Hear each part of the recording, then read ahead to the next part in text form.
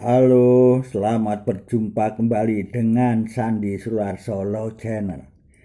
Kali ini saya akan mengemukakan dan membahas masalah peradilan ya, peradilan ya. Apa itu peradilan? Peradilan adalah hal yang biasa dalam membangun saling kontrol antara kepolisian dan kejaksaan serta tersangka atau terdakwa ya, yaitu melalui kuasa hukumnya atau menciptakan kontrol antara sesama penegak hukum ya. Apa wewenang pra-peradilan? Wewenang pra-peradilan adalah dilakukan oleh pengadilan negeri ya, dilakukan oleh pengadilan negeri ya. Ini pra-peradilan ini sebelum perkara pokok pidana yang bersangkutan dimulai. Jadi permohonan yang diajukan oleh kuasa hukumnya diajukan ke pengadilan untuk disidangkan sebelum perkara pokok itu dimulai ya. Selanjutnya, apa yang disidangkan dalam pra-peradilan? Yang disidangkan ini adalah masalah penangkapan dan penahanan itu sah atau tidak.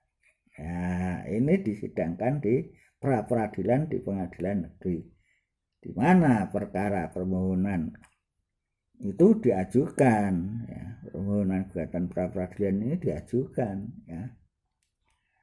Kemudian apa saja yang dapat diperadilankan ya, yaitu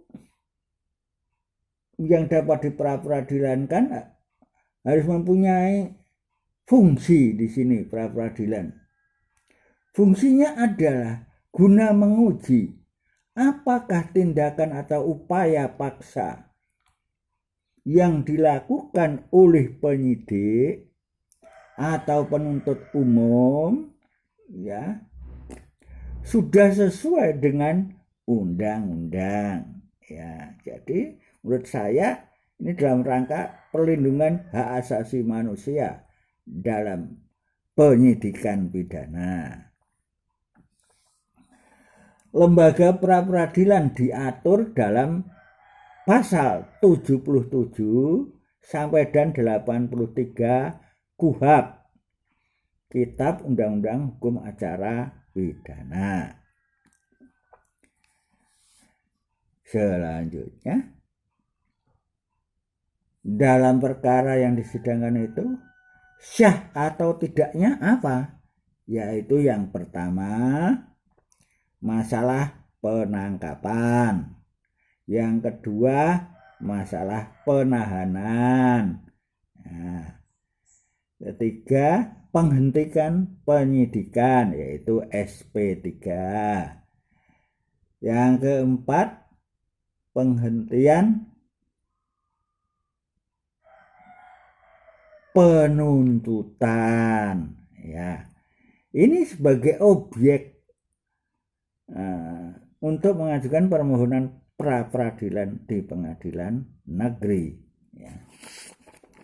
Selanjutnya, apa yang diminta untuk diputuskan dalam surat permohonan gugatan pra-peradilan itu? Apa yang diminta? Harus ada, karena yang namanya gugatan pasti ada apa yang diminta.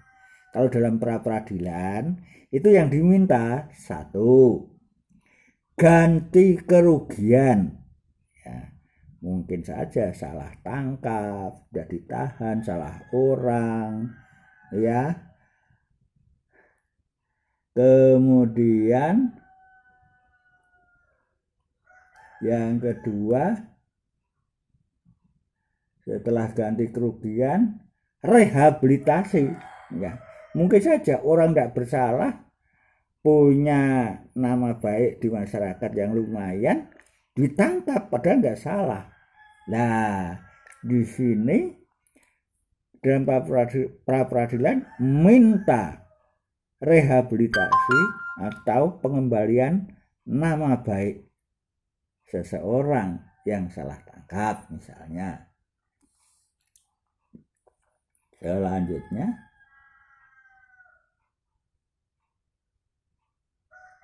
tujuan putusan dari pengadilan negeri yaitu agar tidak terjadi sewenang-wenangan dalam penyidikan tindak pidana di tingkat kepolisian ataupun kejaksaan. Ya. Selanjutnya,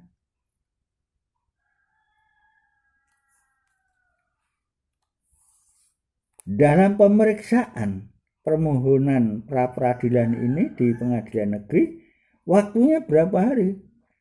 Ini diberi waktu 7 hari sejak permohonan pra peradilan itu diperiksa. Jadi 7 hari harus sudah selesai, ya, harus sudah diputuskan perkara pra peradilan itu. Jadi 1 minggu. Selanjutnya, dalam putusan Mahkamah Konstitusi, ya, nomor 24 PUN 12 2014, selain pasal 77, ya, kewenangan dalam mengajukan pra peradilan itu diputuskan bahwa selain yang ada dalam pasal 77 itu, yaitu penangkapan tersangka, kemudian penggeledahan dan penyitaan. Bisa saja yang digeledah, disita, barangnya bukan barang yang wajib untuk disita, artinya bukan yang dipunyai tersangka atau terdakwa. Ini bisa diajukan pra peradilan. Selanjutnya, SP3, surat penghentian penyidikan perkara, bisa jadi objek pra peradilan. Ya. Selanjutnya, pasal 77 Yungto Peraturan Mahkamah Agung nomor 4 tahun 2016 tentang larangan PK, ya. Jadi perkara pra peradilan ini tidak bisa diajukan peninjauan kembali atau banding, ya. Tidak diperkenankan. Jadi menurut saya, ya, putusan daripada hakim di pra peradilan, ya, biasanya ini dilakukan oleh hakim tunggal, ya, akan selesai sekali persidangan pra peradilan di pengadilan, yang tidak ada upaya hukum lagi. Itu. Selanjutnya,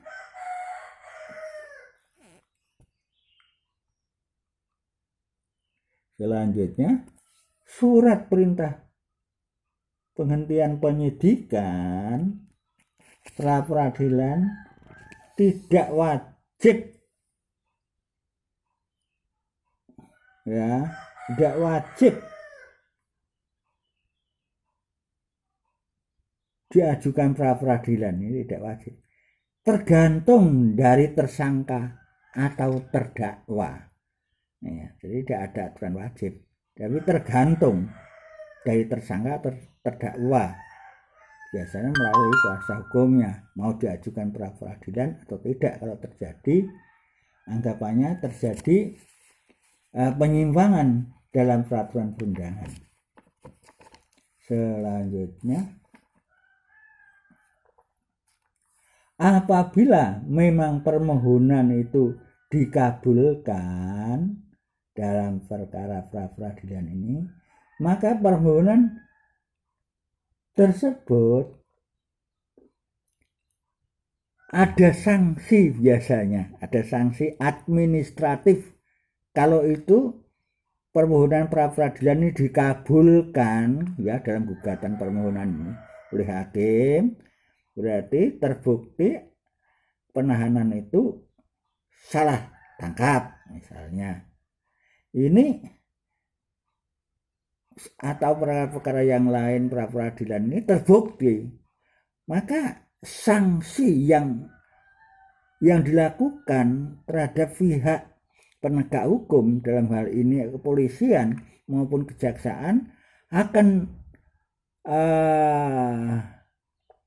oknum ataupun person yang melakukan kesalahan ini bisa dapat sanksi administratif dari atasannya di kepolisian Polri atau kejaksaan ya, di atasnya sampai jaksa agung bisa dijatuhi sanksi administratif, bisa dipindah tempat tugas atau non job, tidak dapat tugas berapa bulan atau tahun, ini terserah dari pimpinan atasan ya. Kemudian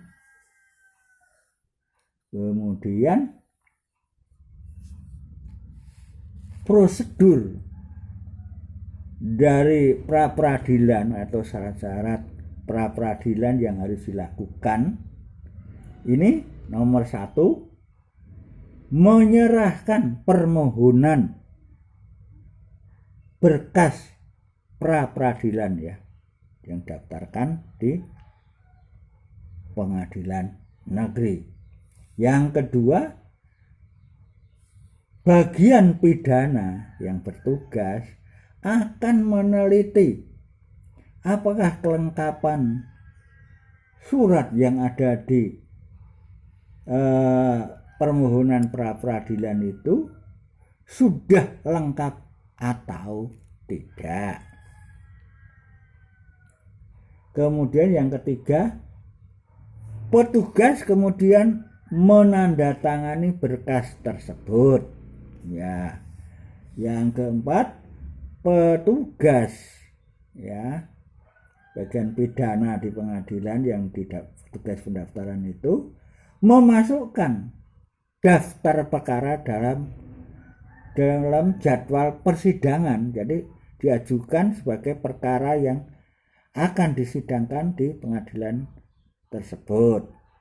Tetapi perkara ini adalah perkara permohonan pra-peradilan. Ini yang akan disidangkan sesuai agenda, tanggal berapa hari apa, bulan berapa di pengadilan negeri tersebut. Selanjutnya, pra-peradilan ini dapat dilakukan lebih dari satu kali. Pra-peradilan ini dapat diajukan lebih dari satu kali. Ya.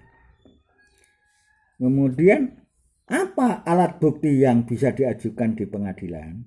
Karena ini pidana sesuai dengan acara pidana ya di KUHP, itu alat bukti yang sah itu pasal 184 KUHP ya. Alat bukti yang sah tersebut adalah sebagai berikut. 1. Keterangan saksi. Yang kedua, keterangan ahli ya. Yang ketiga, surat petunjuk atau barang-barang yang menjadi petunjuk ya. Yang keempat, keterangan terdakwa ya. Demikian saudara-saudara sekalian apa yang saya sampaikan mengenai pra-peradilan. Jadi pra-peradilan ini dilakukan sebelum perkara pokok dimulai, pra-peradilan ya. Nanti akan disidangkan di pengadilan negeri apakah penangkapan atau penahanan atau penghentian penyidikan itu sah atau tidaknya, ya, nanti terkabul atau tidak ya. Nanti bisa, kalau terkabul bisa efeknya pada personil yang menyidik ya perkara itu, ada sanksi dari pihak atasan kepolisian RI ataupun kejaksaan RI gitu ya. Karena ini untuk melindungi hak asasi manusia dalam tindak pidana dalam proses penyidikan di kepolisian ataupun di kejaksaan. Terima kasih saudara sekalian telah mengikuti Sandi Suarso Channel dalam kontennya. Saya harapkan jangan lupa like dan subscribe dan mengikuti konten saya yang akan datang. Terima kasih. See you again.